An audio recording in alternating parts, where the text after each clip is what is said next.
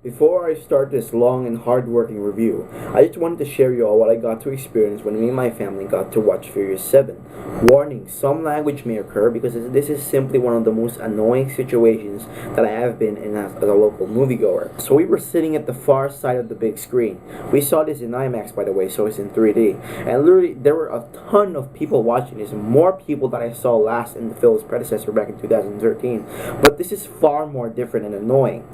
There were a pack of Indian friends, not being racist there, I'm just telling the truth. There were a bunch of Indian friends sitting a few feet away behind our seats, and these guys, they were a pain in the asshole. If you saw Chris Stuckman's video of how he painfully endured watching a movie with these types of moviegoers, you absolutely know how the way I feel about this situation. Like I was saying, these guys couldn't stop talking and talking and laughing, to the point where all the people sitting around us in the theater, and like I said, there were a ton of people in this one theater, they were all looking at the deafening, infuriating people behind them, and they were all like, are you kidding me? My mom literally paid $400 so me and my family could enjoy this movie, and this is what we get.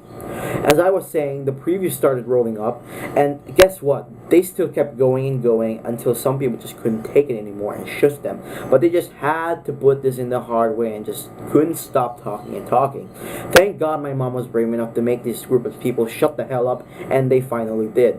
Be careful with my mom because she's a lawyer and she can sue all of your asses. As the previews ended, I was so mad because it turns out that some of the friends that sit a few feet away from our seats were mistakenly seated at the wrong chair, so they just had to transfer to their designated seats. And guess what?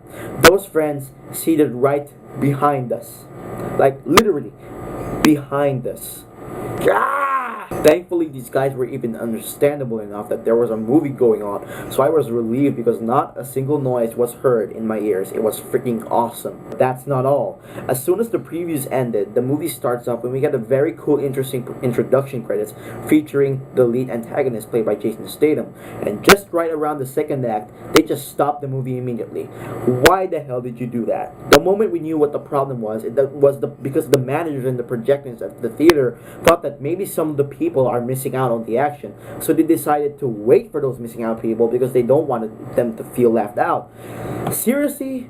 These people are dumbasses. They should have just shut the damn doors tight, because late people are late. They should not ruin this experience for the entire audience, because for God's sakes, this theater is full of goddamn people, and this is what they get? Are you serious? So, the main lesson that these late moviegoers should learn is that being late sometimes gets some other people into a maddening conduct.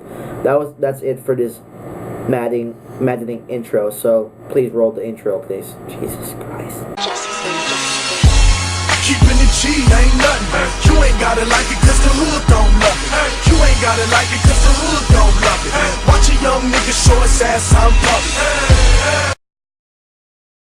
Hello guys, Ken West is here, and this is my review for Furious 7. Furious 7 is the new action sequel directed by James Wan and stars reprising roles of Vin Diesel, Paul Walker, Michelle Rodriguez, Ludacris, Tyrese Gibson, Jornada Brewster, Dwayne Johnson, and featuring the special participating role of Jason Statham. The film follows after defeating Owen Shaw and his crew and securing their amnesties.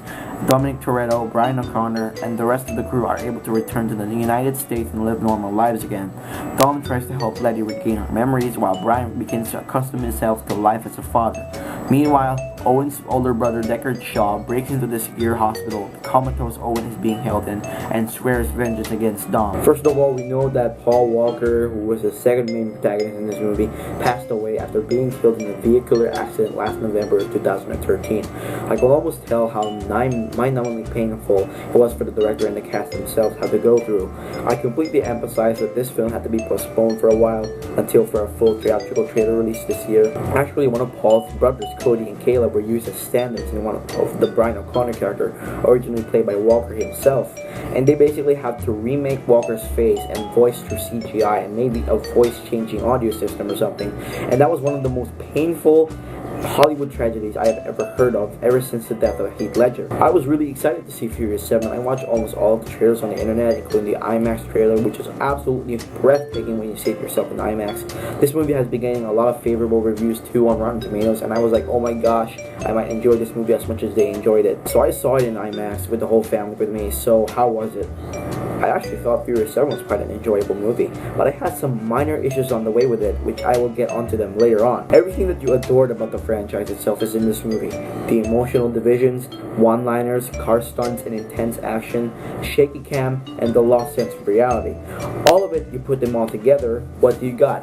Boom, a Fast and Furious movie. That's what you get, people. This time around, we got a new antagonist every now and then, and this time we get Jason Statham, who plays Deckard Shaw, the brother of Owen Shaw from the previous installment, and he's out for revenge against the Toretto family for what he did to him, because apparently this guy is not dead. Because, spoiler alert, in the beginning of the film, we get to see Jason Statham talking to Luke Evans' character, who is in a comatose state in the hospital bedroom.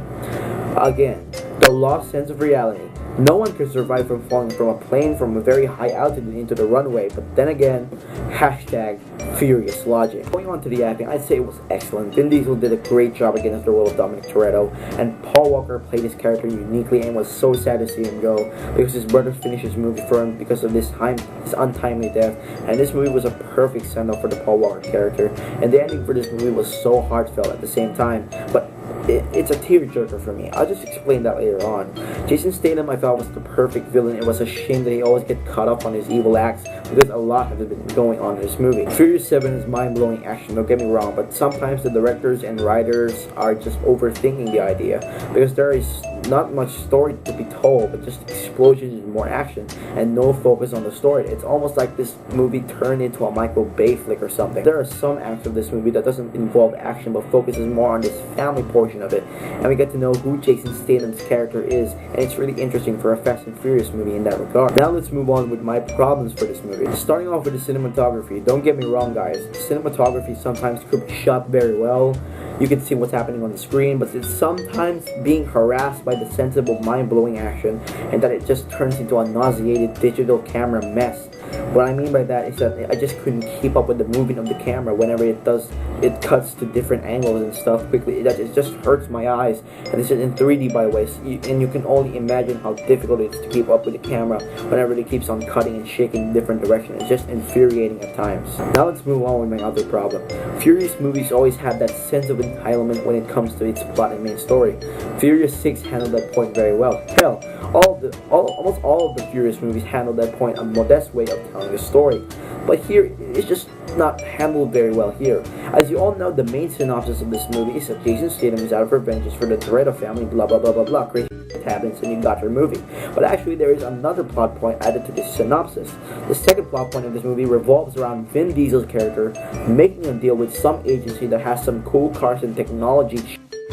He meets this old boss tech guy played by Kurt Russell, and he wants Dom and his team to help him out to take out these badasses that somehow can hack anything, but they are after a lady played by Natalie Emmanuel, who basically is good at hacking stuff, and they must prevent the team's leader played by Digimon Hansu from obtaining some kind of digital hacking device that can track any person using some kind of technology. Believe it or not, the plot point is actually pretty simple, but it was a huge mess at times. Believe it or not, it actually ruins some storytelling process of the movie, and it's a huge issue for me because we don't get to see that much of Jason Statham. And I know you guys are thinking that I'm concerted because I'm a huge fan of Statham, blah blah blah, but that's not the point. Sometimes he leaves for some apparent reason, later he reappears in some compelling action scene. It's just, come on man. And this God's Eye plot point just doesn't make any sense at all. Why does the team want the lady? What are they trying to stop against here? What are they trying to accomplish? I still don't understand, and the movie itself just lacks its attention on that certain plot point. Another problem that I have with the movie is that The Rock isn't really in this movie at all. He's barely in this movie, seriously. The last movie he has been in, he has so much screen time, but here he's just completely drawn out almost for the entire runtime of the movie until he starts brawling out of the hospital and starts shooting a chopper down with a gun. There are only 3 aspects that The Rock was in this movie, and that is just downright disappointing. Moving on back with my other positives, I actually like how the script is written. You got the one-liners back, and I thought the dialogue was fantastic.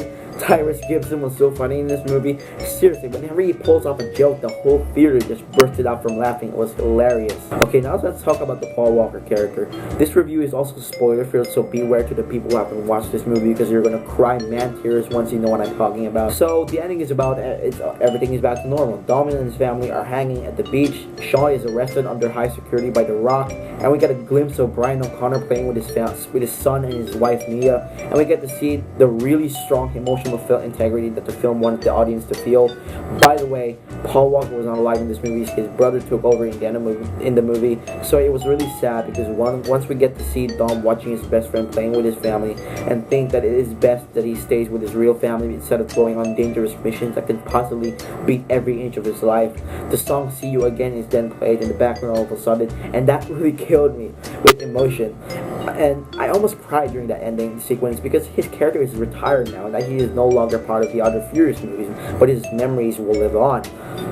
As I was saying, Dom then silently leaves and we later get a glimpse of them stopping by a stop sign. And guess who drove in by to see him in this white sports car? Who wouldn't have guessed it? It's Brian. And he says this one line that I just couldn't get it out of my head, and it almost burst me to tears. He looks at Dom and says, "Hey, you think you can leave without saying goodbye?" And Dom just smiled at him, and we get to hear Vin Diesel narrating some kind of inspiring quote, and that just really makes the emotions of this film powerful. And that's what's really good about the Furious saga, is that it cares so much equally with the cast, the directors, and the crew. That's what's real about the Furious family and the movies themselves. They grow and grow more deeper into the word family, and that's what the characters mainly feel for each other. And in my opinion, I was really touched by that.